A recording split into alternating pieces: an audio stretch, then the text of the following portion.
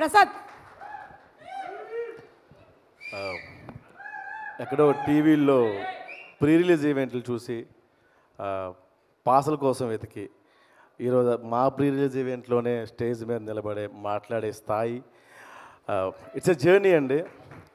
ఈ ప్రయాణం చాలా గొప్పగా అనిపిస్తుంది, కొంచెం భయం వేస్తుంది, కొంత బాధ్యతను కూడా మాకు ఇస్తుంది. సరే, అందరికీ నమస్కారం అండి, మీడియా మిత్రులకి. అలాగే నేను యూట్యూబ్ సిరీస్ చేస్తాను సార్. యూట్యూబ్ వీడియోస్, నా యూట్యూబ్ వెబ్ సిరీస్ని ఆదరించిన ప్రేక్షకులకి,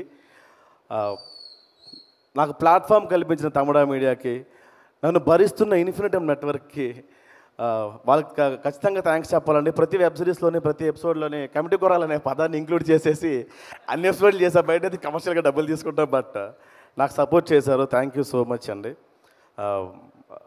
చాలా ప్రొడక్షన్లు ఈ సినిమా తిరిగిందని అందరూ అంటూ ఉంటారు. వంశీ, మనం చాలాసార్లు బాధపడ్డాం, ఏడ్చాం, బట్ నాకు చాలాసార్లు మీ మాట హాన్ చేసిందన్న.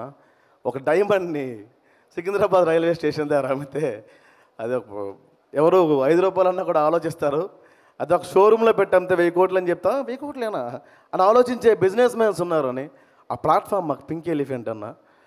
నిజంగా అది అండ్ ఈ ప్రాజెక్టు మేము ఖచ్చితంగా చేస్తామన్నా. సినిమా అయితే ఖచ్చితంగా చేస్తాం, ఆపేవాడు అవలేడు, అది కన్ఫామ్గా చేస్తామని తెలుసు. ఎలా చేస్తామో తెలియదు అన్న, ఎక్కడ చేస్తామో తెలీదు. అప్పుడు అక్కడ కనిపించాడు దీపక్ అండ్ అంకిత్ కొయ్య, వీళ్ళందరూ వంశీకి ఫ్రెండ్స్ అవ్వడం, ఫనీ అన్నని కలవడం, ఫనీ గారు నిహారిక దగ్గర వరకు వెళ్ళడం, ఈ సినిమా ఎలా రూపుదిద్దుకోవడం చాలా ఆనందంగా ఉంది. 11 మంది హీరోలు అంటున్నారన్న. ఎవరు నమ్మకంటే 11 మంది హీరోలు లేరు, ఒక్కడే హీరో కథ. ఈ సినిమా వెనకున్నారన్న వంశీ డైరెక్టర్ అన్న, అతనే హీరో, ఈ సినిమాకి మెయిన్ హీరో. సెకండ్ హీరో మేము ఆర్టిస్టులు అన్నా, మాకు అవకాశం లేదు, గతి లేదు, చచ్చినట్టు అవకాశం ఇస్తారా అంటే మేము వెళ్ళాల్సింది, మాకు వేరే ఆప్షన్ లేదు, కాబట్టి మేము హీరోస్ కాదు. First director hero.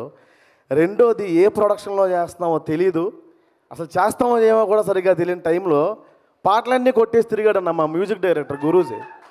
నాకు తెలిసి ఏ మ్యూజిక్ డైరెక్టర్ కూడా పాటలు కొట్టేసి పాటలన్నీ రెడీ చేసి ప్రొడక్షన్ హౌస్కి తిరగడన్న. అలా తిరిగాడన్న. వాళ్ళిద్దరు they are the heroes.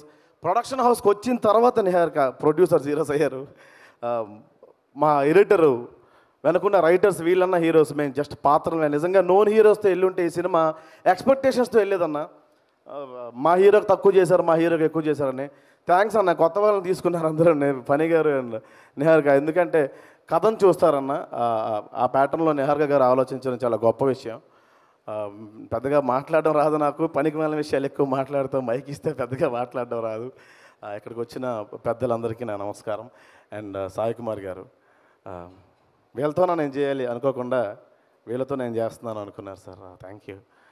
And ఏం చెప్పాలమ్మా, ఖచ్చితంగా థ్యాంక్స్ చెప్పండి నిహారిక, ఎందుకంటే తెలుసు మీకు రుణపడి ఉండిపోవాలి ఉంది మాకు.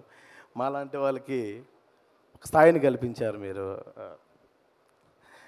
అండ్ వంశీ, బేసిక్గా ఏడ్ చేస్తానేమో అండి సార్ అన్న. నాకు కామెడీ వీడియోస్ అవి చేస్తూ ఉంటానన్న. నేను సెంటిమెంట్ అంటే కొంచెం గ్లిజర్ అనేది వాడాలి, బ్యాక్గ్రౌండ్ మ్యూజిక్ చేసి సెంటిమెంట్ సీన్లు ప్రాక్టీస్ చేయించేవాడన్న. ఆ రోజు నుంచి సినిమా చూసిన ఏ బిట్ చూసి మనం చేసాం అనే స్థాయికి వచ్చేసాం.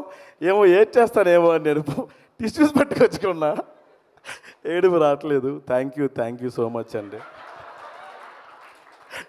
థ్యాంక్ యూ అండి, thank you so much. Thank you అమ్మా,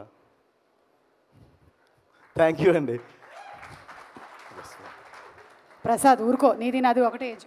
ఇలా అసలు క్యారెక్టర్ నీదేంటి పెద్దోడు? దమ్ముంటే పింఛన్ ఇప్పించండి, ఒకటే ఏజ్. నిహారిక గారు మీరు కూడా ఏంటండి ఎక్కడికి వెళ్ళినా పెద్దోడు అంటారు. మా పెద్ద ముత్త ఇది ముందు మాట్లాడుతూ అంటారండి ఎక్కడికి వెళ్ళినా కూడా, ప్రెస్ మీట్లకు కూడా.